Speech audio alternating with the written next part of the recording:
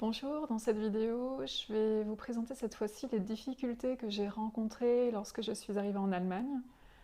Quand je suis arrivée à Berlin à 22 ans pour une expérience de jeune fille au pair, je ne parlais pas du tout l'allemand, comme je l'ai déjà dit dans la première vidéo. Ce que j'ai fait, ça a été de prendre des cours intensifs d'allemand à la Volkshochschule, c'est l'école publique. C'était 5 heures de cours par jour. Et en fait, ce qui s'est passé, c'est qu'au bout de 6 mois, j'ai eu un effet de saturation. Vraiment, plus rien ne rentrait, tellement la langue allemande est différente de la langue française. J'avais comme un effet bourrage de crâne et en fait, j'ai arrêté de prendre du plaisir à apprendre. Donc j'ai dû me tourner vers d'autres techniques, d'autres méthodes d'apprentissage. La deuxième difficulté que j'ai rencontrée, elle est liée à la prononciation de la langue allemande. Quand on parle français, on a une certaine mélodie, on a beaucoup de liaisons, on ouvre les mots entre eux.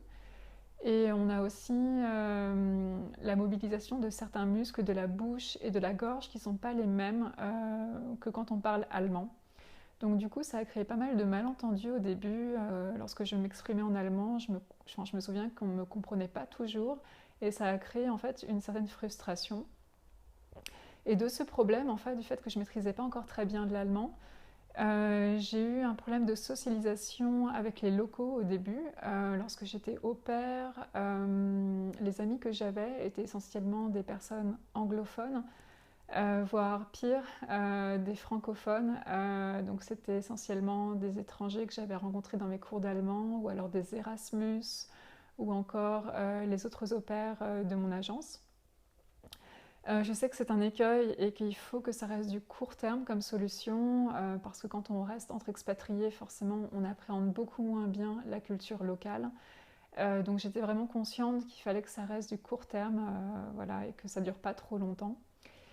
En autre obstacle, ça c'est venu plus tard lorsque j'ai commencé à chercher un travail. Je me suis sentie en fait dépendante pour faire mes candidatures en allemand, pour faire mon CV en allemand, mes lettres de motivation en allemand.